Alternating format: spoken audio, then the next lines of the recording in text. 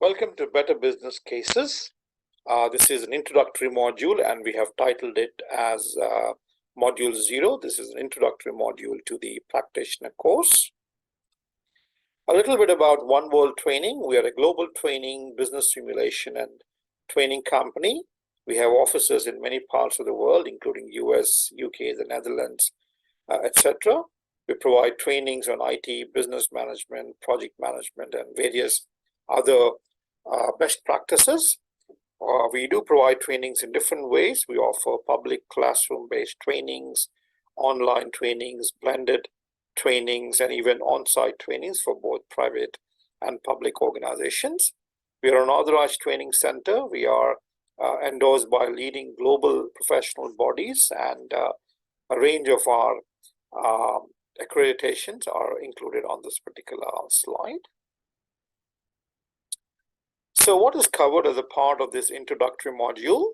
So in this introductory module, I would lay out to you the various syllabus areas that you would be tested on in the practitioner exam, and how are those syllabus areas covered in the e-learning modules, and what is the approximate time that you would need to keep in mind while learning. A disclaimer, you might need more time than being recommended, and you might even take lesser time depending upon your exposure to better business cases. And I would also help you understand the various resources available for your additional learning. Apmg website has got some interesting and useful resources, so I would take you through some of those resources. What's the examination format for the practitioner exam, and what is the process for registering and booking your exam is something that I would help you in this particular module. Now, the syllabus areas that you would be tested on in the exam would be the development of the strategy case. Apologies. The development of the strategy case is one of the areas that you would be tested on.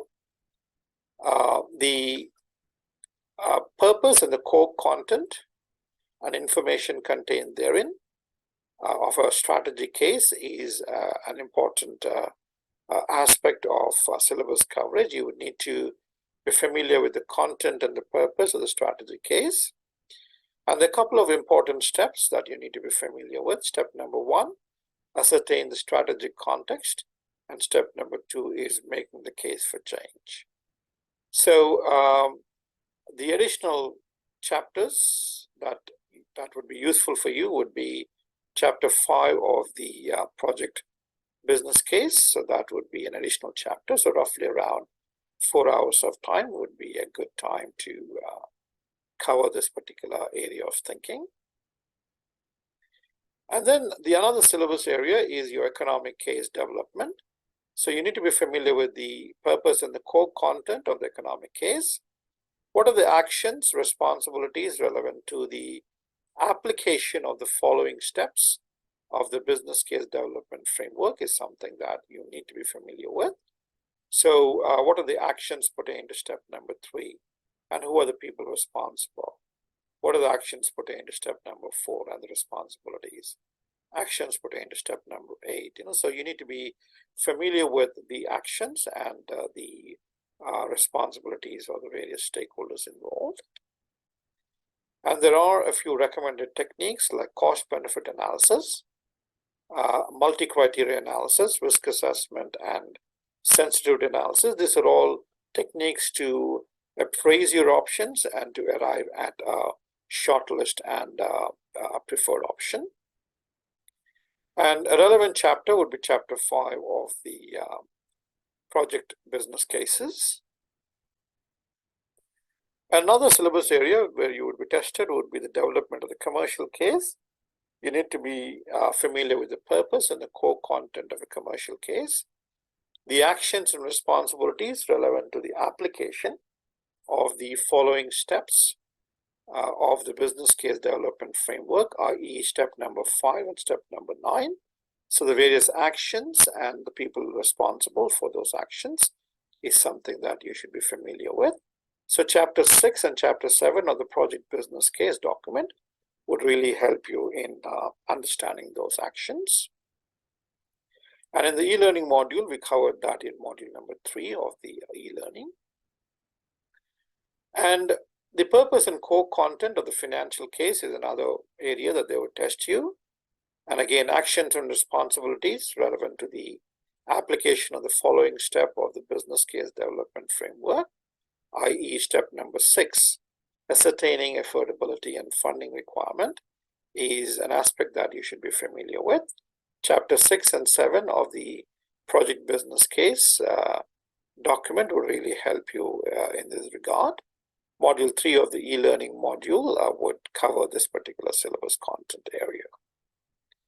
And finally, you have the management case, the purpose and core content of the management case and the actions and responsibilities relevant to the application of the following steps of the business case development framework, i.e. step number 7, planning for successful delivery, and step number 10, ensuring successful delivery, are the two important steps that you got to be familiar with.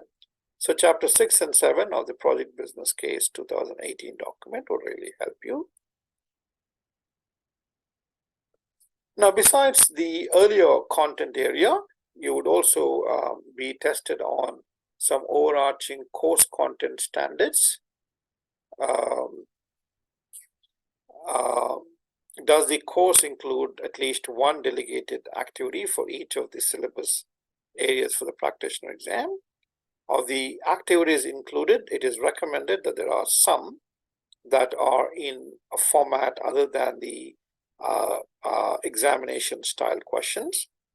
Now, these are the two requirements in terms of syllabus content, and these requirements or these areas of syllabus are covered in a special case study which will be provided to you along with the material. So there is a case study of the Ministry of Infrastructure, Services and Supplies, and built on the case study are exercises 1 to 6. So the case studies come with certain exercises, and these exercises have been integrated into your e-learning module. So at the relevant point in the practitioner learning, a relevant exercise has been embedded.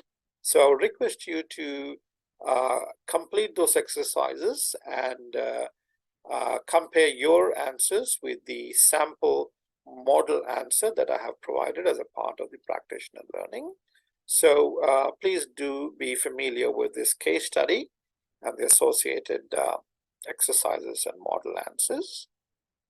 So the rough time for the exercises would be around 2 hours, plus or minus 30 minutes to 1 hour. So you could complete those exercises within those timelines.